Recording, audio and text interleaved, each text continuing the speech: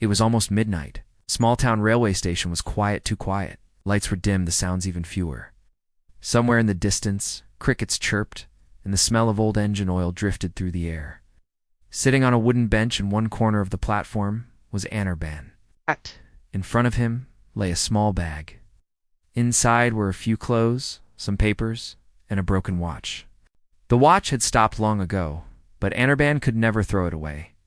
It was the last memory of his father. The last train would arrive at 12:10 a.m. once he boarded it. He would leave this town behind, perhaps forever. 5 years ago, Anirban had run away from this very station. Back then, his eyes were filled with anger and his heart with humiliation. After his father's death, people had said, "You'll never become anything. Dreams don't fill empty stomachs." That night, he left without telling anyone. Today, 5 years later, he had returned. But not to stay, only to say goodbye.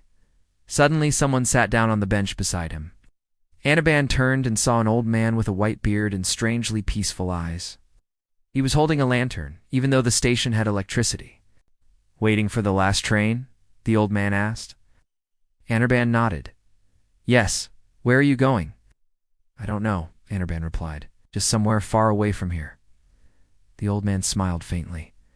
"Going far is easy. Escaping is not." The words struck Anirban deeply. "I couldn't do anything here," Anirban said. "That's why I'm leaving."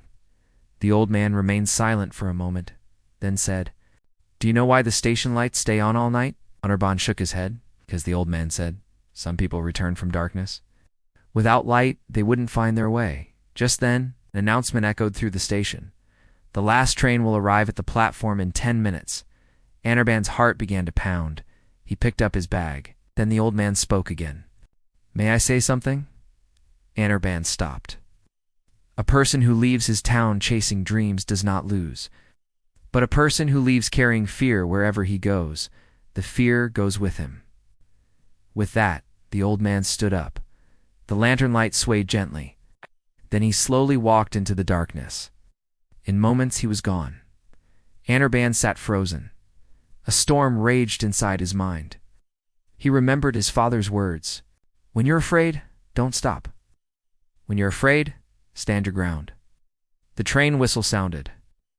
Anirban placed the bag on the ground and took out the broken watch. For the first time in years, he held it tightly. The hands did not move, but something inside Anirban did. The train arrived. Doors opened. Some people got on, some got off. Anirban did not board. The train left. The station fell silent again. Slowly, Anirban stood up and began walking toward the town. This time, there was no urge to run, only the courage to return. Behind him, the station lights stayed on. And somewhere in the darkness, someone seemed to smile softly.